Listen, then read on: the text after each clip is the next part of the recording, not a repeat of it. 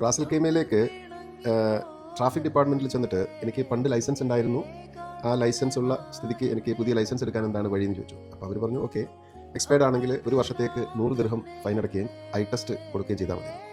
അപ്പോഴാണ് ഞാൻ എൻ്റെ പഴയ ലൈസൻസ് എടുത്ത് അവർ കാണിക്കുന്നത്. ഈ ലൈസൻസ് ഇങ്ങനെ ലൈസൻസ് ആ കൗണ്ടറിലോ അല്ലെങ്കിൽ ആ ഓഫീസിലുള്ള ആരും കണ്ടിരുന്നില്ല. അവർ ഇങ്ങനെ ഇത് നോക്കി ഇങ്ങനെ അന്തം വിട്ടിട്ട് ഇത് എല്ലാവരും കൊണ്ട് നടന്ന് കാണിച്ചു. എന്നിട്ട് പറഞ്ഞു നിയമപ്രകാരം എക്സ്പയർ ആയി കഴിഞ്ഞാൽ 100 ദിർഹം അടയ്ക്കുക എന്നുള്ളതാണ്. അപ്പോൾ ഞാൻ ചോദിച്ചു എനിക്ക് ഈ എക്സ്പയർ ആയ എല്ലാ വർഷത്തേക്കുള്ള ഒരുമിച്ച് അടച്ചാൽ നിങ്ങളിത് കുത്തി തരുമെന്ന് ചോദിച്ചു. ആ തരുന്നതിന് പ്രശ്നമില്ല.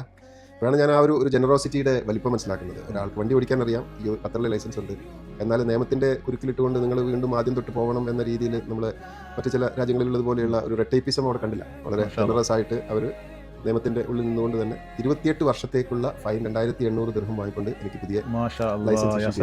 ഇപ്പം ഞാൻ ഈ ലൈസൻസ് ഉപയോഗിച്ചുകൊണ്ട് യു എയിൽ ഡ്രൈവ് ചെയ്യും. ഇത് ശരിക്കും പറഞ്ഞാൽ ഞാൻ അതുകൊണ്ട് തന്നെ ഈ ഒരു ലൈസൻസ് 2 ലൈസൻസും ഒരേ വാലറ്റിൽ എപ്പോഴും കൊണ്ടുവരണം. യു എയിലേക്ക് ട്രാവൽ ചെയ്യുമ്പോഴൊക്കെ ഇതിൻ്റെ കയ്യിലുണ്ടാവും. നമ്മളെ ആൽക്കെമിസ്റ്റിൽ പൗലോ കൊയ്ലോ പറയുന്ന പോലെ നമ്മൾ ആഗ്രഹിച്ചതൊക്കെ നടക്കുന്നതാണ്. അതിന് നമ്മൾ പറയാൻ വിട്ടുപോയി, 5 രാജ്യങ്ങളിലായി 1000-ലധികം എംപ്ലോയീസ് ആയിട്ട് കെയർ ആൻഡ് ക്യൂർ ഇപ്പോൾ 25 വർഷത്തിലേക്ക് കിടക്കുകയാണ്.